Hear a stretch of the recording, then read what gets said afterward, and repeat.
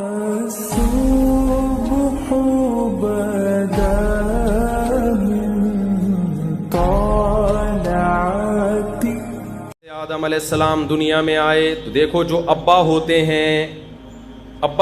ہیں اللہ میاں نے جب ہمارے ابا کو پیدا کیا تو 100% نیچر پہ بنایا. 100% کس پہ بنایا؟ نیچر پہ. کیونکہ انسان کی ابتدا ہے نا, تو بالکل کیسے ہوں گے وہ؟ نیچر پہ. پھر جو قومیں آئیں وہ 100% نیچر پہ تھیں. پھر انسان جب پیغمبروں کی تعلیمات سے دور ہوا تو نیچر سے آہستہ آہستہ ہٹنا شروع ہوا. تو نماز پڑھنا یہ ہماری نیچر کا حصہ ہے. اب میں آپ کو کہتا ہوں, یہ جو میں بار بار کہتا ہوں نا, میڈیکل سائنس ایک الگ فیلڈ ہے اور مذہب ایک الگ, یقیناً ایسا ہی ہے. لیکن مذہب کو فالو کرنا اس اعتبار سے کہ آپ کی نیچر کا حصہ ہے, اور میڈیکل سائنس سب سے زیادہ فوکس کس کو کرتی ہے؟ نیچر کو. کسی بھی ڈاکٹر سے پوچھ لو, وہ کہہ رہا ہے کہ نیچرل غذائیں کھائیں, نیچرل لائف اسٹائل ہونا چاہیے. اگر آپ نیچرل لائف اسٹائل نہیں رکھتے, جائیدادیں کھا لو, آپ کی صحت اچھی نہیں ہو سکتی. رات کو جلدی سونا یہ نیچر ہے یا نہیں ہے؟ اور صبح جلدی اٹھنا, اسلام نے جو آپ کو ایک شیڈول بنا کے دیا ہے, اس میں رات کو دیر سے سو کے صبح دیر سے اٹھنا ہے یا جلدی سو کے جلدی اٹھنا ہے؟ اس کا مطلب اسلام آپ کو فطرت سے دور کر رہا ہے یا فطرت کے قریب کر رہا ہے؟ فطرت کے قریب کر رہا ہے. تو اس لیے پتہ چلتا ہے کہ اسلام اور میڈیکل سائنس اس اعتبار سے ایک ہی چیز کے دو نام ہیں. نہیں یہی بات سمجھ میں. اگر آپ کو اپنی صحت کو بھی مینٹین رکھنا ہے, انسان کا بچہ بن کے زندگی گزارنی ہے, ہر لحاظ سے فٹ رہنا ہے, تو آپ کو بالآخر اسلام ہی کو فالو کرنا پڑے گا. اس کے بغیر آپ صحت مند بھی نہیں ہو سکتے. تو روزہ جو اللہ نے فرض کیا نا, نماز, یہ ہماری صرف روح کی ریکوائرمنٹ نہیں ہے, یہ ہماری باڈی کی بھی ریکوائرمنٹ ہے. سمجھتے ہو کہ نہیں سمجھتے؟ سچ بولنا یہ صرف ہماری روح کی ریکوائرمنٹ نہیں ہے, یہ ہماری باڈی کی بھی ریکوائرمنٹ ہے. اب میں آپ کو مثال دیتا ہوں. آپ کہیں گے مفتی صاحب ابھی تو آپ کہہ رہے تھے چوری کا انڈا کھاؤ یا حلال انڈا کھاؤ, پروٹین تو سیم پیدا ہوں گے, تو پھر مذہب چوری کا انڈا کھانے سے منع کیوں کر رہا ہے؟ بھائی صرف آپ کو پروٹین کی ضرورت نہیں چاہیے, مینٹلی ہیلتھ بھی چاہیے. وہ چوری کر کے وہ مینٹلی ہیلتھ آپ کو حاصل نہیں ہو سکتی, کیونکہ نیچر کے خلاف ہے حرام کھانا. آپ کی باڈی ڈسٹرب ہوگی, آپ بے سکونی میں جاؤ گے. ہو سکتا ہے آپ پروٹین کا ایک کنستر بن جاؤ, گھی کا ڈبہ بن جاؤ آپ, لیکن آپ خودکشی سے مرو گے. چوری کرنے والے کبھی بھی سکون میں نہیں ہوتے. میڈیکل سائنس کوئی فرق نہیں کرتی نکاح اور زنا میں, کہتی ایک سیم پروسیس ہے, نکاح میں بھی وہی, زنا میں بھی وہی. لیکن حقیقت یہ ہے کہ زنا کرنے والے اسٹریس اور ڈپریشن میں جاتے ہیں, نکاح کرنے والے اتنی ٹینشنیں لے کے بھی وہ ٹینشن نہیں لیتے, کیونکہ نیچر ہے. بہت مشکل ہے بھائی, رہنے دو یار. ہو سکتا ہے میڈیکل سائنس کہے کہ روزہ رکھنے سے آپ نتھرنا شروع ہو جاؤ گے, جو تھوڑے بہت آپ میں پروٹین رہ گئے وہ مارکیٹ سے کیا ہو جائیں گے؟ شارٹ ہو جائیں گے, کمزور ہو جاؤ گے. این ممکن ہے, میں نہیں کہتا کہ ڈاکٹر ایسا کہتے ہیں نہیں کہتے, یہ ڈاکٹروں سے پوچھے جا کے, وہ جو بھی کہتے ہیں. ہم نے تو مذہب کو فالو کرنا ہے نا, روزہ تو رکھنا ہے, وہ تو اللہ کے حکم پہ رکھنے, ڈاکٹروں کے مشورے تھوڑی رکھنے ہیں. ہو سکتا ہے وقتی کمزوری ہو سکتا ہے وقتی نقصان ہو, لیکن نتیجے کے اعتبار سے نقصان بولو نہیں. روزہ صحت کے لیے نقصان دہ ہوتا تو یہ نیچر کے خلاف ہوتا, نیچر کے موافق نہیں ہوتا. پھر قرآن کا یہ دعویٰ غلط ہو جاتا, فطرت اللہ التی فطر الناس علیہا, یہ انسان کی وہ نیچر ہے جس پہ میں نے انسان کو پیدا کیا, اسلام. تو اسلام ایسی بات کا آرڈر نہیں دے سکتا جو انسانیت کے لیے فائدہ کے بجائے کیا ہو؟ نقصان ہو. تو یہ جو پھوڑنا پھاڑنا ہے نا, اتنا پھوڑ رہے ہو, یہ آپ کی صحت کے لیے نقصان دہ ہے. رسول اللہ صلی اللہ علیہ وسلم نے فرمایا بدترین برتن اللہ کی نظر میں, بدترین برتن جو بھرا ہوا ہو وہ انسان کا معدہ ہے. سمجھ میں نہیں آ رہی بات؟ اللہ کو کوئی ٹرے چاولوں سے بھری ہوئی ہو نا, فل بھری ہوئی, اللہ کو بری نہیں لگے گی. وہ کوئی دیگ اتنی بھری ہوئی ہو, اوپر تک ڈھکن ہی نہ بند ہو رہا ہو, اللہ کو بری. کوئی شاپر بریانی سے بھرا ہوا ہو, اللہ کو برا نہیں لگے گا.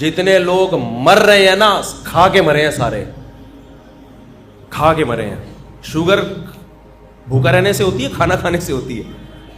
اچھا, لوگ میرے بیان پہ جب اعتراض کرتے ہیں تو ان سے میں ایک بات کہتا ہوں, کائنڈلی کسی بھی چیز کی پوری تحقیق کر لیا کریں اور بندے کا مطلب سمجھا کریں. میں نے ایک دفعہ بیان میں کہا جو میٹھا بہت کھاتے ہیں شوگر ہوتی ہے, تو کسی نے کہا میٹھا کا شوگر سے کوئی تعلق نہیں ہے. مجھے پتا ہے میٹھے کا شوگر سے کوئی تعلق نہیں ہے, میٹھا کھانے سے شوگر نہیں ہوتی, لیکن میٹھا کھانے سے وزن بڑھتا ہے, اور وزن بڑھنے سے کیا ہوتی ہے, شوگر. تو اتنے بیوقوف ہم ہیں نہیں جتنے لوگ سمجھ رہے ہیں ہمیں. میٹھا کھانے سے وزن تو بڑھے گا نا, اور وزن تو ہر بیماری, کینسر وزن بڑھنے سے ہوتا ہے. تو اتنے بیوقوف ہم ہیں نہیں, تبصرہ کرنے سے پہلے تھوڑا سا سوچ لیا کرو. ویٹ بڑھنا ہے, ویٹ تو ویٹ کھانا کھانے سے بڑھتا ہے یا کھانا چھوڑنے سے بڑھتا ہے؟ کھانے سے بڑھتا ہے, کھانے سے بڑھتا ہے. اوپر جتنے جائیں گے نوالے اتنا ویٹ بڑھے. تو اس لیے میں جو اصل بات, یہ میرا آخری بیان ہے نا آج کرنے, پھر میرا سفر ہے, پھر میں رمضان میں آؤں گا, یعنی بیچ میں آؤں گا رمضان کی. سنو میری بات, آخری بات بالکل سچی مچی کی آخری. دیکھو یہ جو رمضان ہے نا, اللہ نے آپ کو موقع دیا ہے روحانی طاقت کے لیے بھی اور جسمانی طاقت کے لیے بھی. اس رمضان میں روحانی کام بھی کرو, گناہ چھوڑو. کیا کرنا ہے؟ تمام کبیرہ گناہوں کی لسٹ بنا لو. یہ کرتا ہوں, فحش فلمیں آج کل بہت نوجوانوں میں رائج ہو گئی ہیں, اس کو گناہ سمجھنا چھوڑ دیا ہے. یہ گناہ, ماں باپ کے ساتھ بد کلامی, بہنوں کی وراثت نہیں دے رہا, جھوٹ بولنا, سارے گناہوں کی. ہمارے استاد کہا کرتے تھے گناہوں کو نا ڈائری میں لکھو, لسٹ بناؤ کہ میری زندگی کا عزم ہے کہ ان گناہوں کو میں نے اپنی زندگی سے نکالنا, اس کے لیے پلاننگ کرو. تو رمضان سے بہترین پلاننگ کا ٹائم آپ کے پاس کوئی بھی نہیں ہے. سمجھتے ہو؟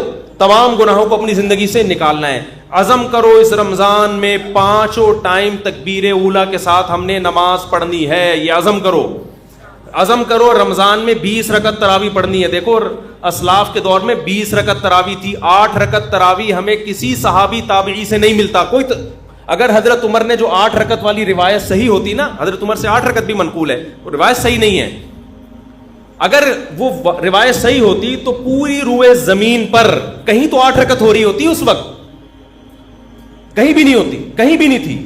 حرمین میں 1400 سال ایک رمضان بھی ایسا نہیں آیا جس میں 20 رکعت سے 1 رکعت بھی کم تراویح ہوئی ہو. ہاں اب جا کے وہ 10 کر دیے کووڈ کی وجہ سے. وہ اب اگر کر بھی دیے تو ہمیں اس سے کوئی فرق نہیں پڑتا. 1400 سال تک کیا ہو رہا تھا؟ لوگ کہتے ہیں حرم میں رفع الیدین بھی تو ہوتا ہے. حرم میں رفع الیدین ہوتا بھی رہا ہے اور ترک رفع الیدین بھی ہوتا رہا ہے. جب احناف کی حکومت تھی, صدیوں حنفیوں نے حکومت کی حرمین پر. اس وقت جو حنفی امام تھا بغیر رفع الیدین کے نماز پڑھاتا تھا, لیکن اگر کوئی رفع الیدین کے ساتھ پڑھاتا تو اس پہ بھی اعتراض نہیں تھا, کیونکہ صحابہ میں آپ کو رفع الیدین والے بھی ملیں گے اور رفع الیدین نہ کرنے والے بھی ملیں گے. تو ہماری نظر میں اس سے کوئی فرق نہیں پڑتا. لیکن تراویح کا جہاں تک مسئلہ ہے, 1 سال بھی حرمین میں صدیوں تک ایسا نہیں آیا کہ مسجد نبوی یا مسجد حرام میں 20 رکعت سے کم تراویح ہوئی ہو. اب جا کے سعودی حکومت نے اگر چینج کیا ہے کورونا کی وجہ سے یا کسی بھی وجہ سے, تو وہ چینجنگ سعودی حکومت کا اپنا ہیڈک ہے, وہ پوری امت پہ مسلط نہیں کیا جا سکتا. کہ 1400 سال سے, یعنی لوگ کہتے ہیں نا حرمین میں رفع الیدین, اور وہ بھائی 1400 سال سے ایک کام حرمین میں کیسے غلط ہو سکتا ہے؟ رفع الیدین تو حرمین میں ہوا اور نہیں بھی ہوا, دونوں نمازیں چلتی رہی ہیں, لہذا دونوں ٹھیک ہیں. لیکن تراویح کبھی بھی 20 رکعت سے کم نہیں ہوئی ہے.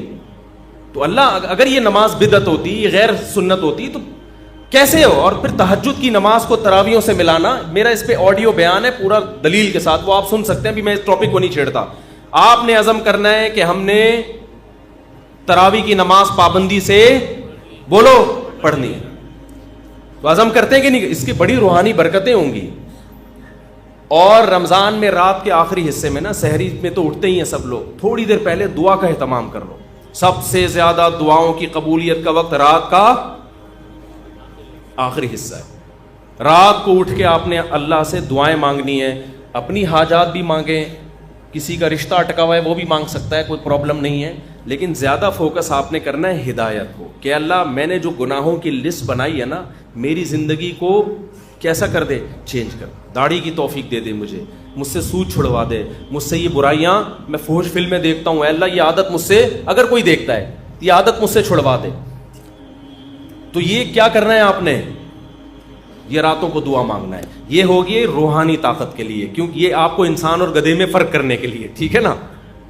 دوسرا کام آپ نے جسمانی طاقت کا بھی کرنا ہے. نبی صلی اللہ علیہ وسلم نے فرمایا المؤمن القوی احب الی اللہ من المؤمن الضعیف, طاقتور مومن اللہ کو کمزور مومن سے زیادہ محبوب. تو رمضان آپ کو طاقت بنانے کا ایک بہترین موقع, کیونکہ ہماری صحتیں برباد ہوتی ہیں پھوڑنے اور پھاڑنے سے. پھوڑنے کا مطلب کھا لیا, اور پھاڑنے کا مطلب 6 گلاس لسی کے اس کے اوپر. تو آپ نے کھانے پہ کنٹرول کرنا ہے رمضان میں. اللہ تعالیٰ آپ کو عادت ڈال دیتے ہیں کہ صبح سے لے کے شام تک آپ بھوکے رہتے ہیں. عام دنوں میں یہ پاسبل نہیں ہوتا, بھوکے رہنے کی عادت پڑ جاتی ہے. تو اس عادت کو مینٹین کریں, بھوکے رہنے سے کوئی نقصان نہیں. اچھا یہ ذہن میں رکھو, بہت سے لوگ کہتے ہیں رمضان میں ہمیں کمزوری ہو رہی ہے. کمزوری نہیں ہوتی, کیونکہ ہمیں میٹھا کھانے کی عادت پڑ چکی ہوتی ہے. گلوکوز لیول سے, گلوکوز ہر وقت باڈی میں بھرا رہتا ہے, تو میٹھا بھی ایک نشے کی طرح ہے. جب وہ نہیں ملتا تو انسان کو پریشانی ہوتی ہے, اس پریشانی کو وہ ویکنیس سمجھتا ہے.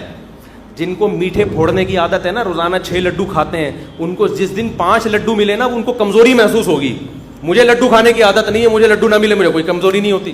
تو میٹھے کی عادت پڑتی ہے, تو جب وہ میٹھا نہیں ملتا تو کمزوری محسوس ہوتی ہے. وہ کمزوری نہیں ہوتی, وہ کمزوری کے نام پہ دھوکا ہوتا ہے. اس کا حل یہ کہ چھوڑ دو تو یہ ٹھیک ہو جاؤ گے. نہیں یاری بات میرا خیال ہے. تو آپ نے کیا کرنا ہے بھائی, صبح سحری میں بھوڑو نہیں, تمیز سے کوئی تمیز کی چیزیں کھا لو, اور افطاری میں بھی تمیز سے تمیز کی چیزیں کھا لو. وہ میں تمیز کی چیزیں بتا نہیں رہا آپ کو کیا ہے, وہ ڈاکٹروں سے پوچھ لو, حکیموں سے پوچھ لو, وہ میں نہیں بتاؤں گا کیونکہ میرا شعبہ نہیں ہے. ہو سکتا ہے پکوڑے والوں کا بزنس بند ہو جائے, سموسے والوں کا بیچاروں کا, کہہ رہے ہیں رمضان میں تو ایک ہمارا بزنس چل رہا تھا, ہمارے کیوں بزنس پہ لات مار رہے ہو. تو آپ 2-3 چیزوں پہ تھوڑا کنٹرول کر لیں, ایک آئل اور ایک چینی. سمجھتے ہو, کوکنگ آئل کو چھوڑ دو, نکال دو اپنی سے. یہ کوکنگ آئل جو بازار کی چیزیں جو بھی آ رہی ہیں نا, یہ خوب سمجھ لو یہ بزنس ہے, اس کا آپ کی صحت سے کوئی تعلق نہیں. کل میں نے دیسی گھی اپنے گھر میں خود نکالا, میں نکالتا رہتا ہوں, حالانکہ مجھے گفٹ میں بھی لوگ دے جاتے ہیں دیسی گھی, پھر بھی میں گھر میں اپنے ہاتھوں سے نکالتا ہوں. میری گائے ہے, میری بکری ہے, اسی کا بکری کا گھی بھی نکالا اور گائے کا گھی بھی نکالا. کل میں نے اس کا ولاگ بنا کے سوچ رہا ہوں چینل پہ ڈال دوں, بنا لیا, سوچ رہا ہوں چینل پہ ڈال دوں. اور اس میں بتا رہا ہوں کہ میں گھی نکالنے کے طریقے نہیں بتا رہا, یہ نیٹ پہ آپ کو بہت اچھے مل جائیں گے. میں صرف یہ بتا رہا ہوں کہ آپ گھر میں جب فارغ ہو نا, تو ان ایکٹیویٹیز میں اپنے آپ کو کھپائیں. پب جی سے آپ کی جان چھوٹ جائے. ایک واشنگ مشین لے لے, 10-15 ہزار کی پلاسٹک کی آتی ہے. جلدی جلدی بتا دوں, دودھ بوائل کیا آپ نے, ملائی نکال کے جمع کرتے رہیں, گھر والوں سے کہیں, وہ جب فریزر میں اوپر جمع ہو جائے گی تو پھر ایک دن نکال کے اس کو واشنگ مشین میں الٹا کر کے ڈال دیں, اور آپ اللہ بھلا کریں, نیٹ پہ سارے طریقے آپ کو مل جائیں گے. اور پھر آپ نے جلدی سے اس میں ٹھنڈا پانی ڈالا اور واشنگ مشین کو ڈرون کر کے گھما دیا, اوپر مکھن آ جائے گا, مکھن نکال کے گرم کیا, گھی.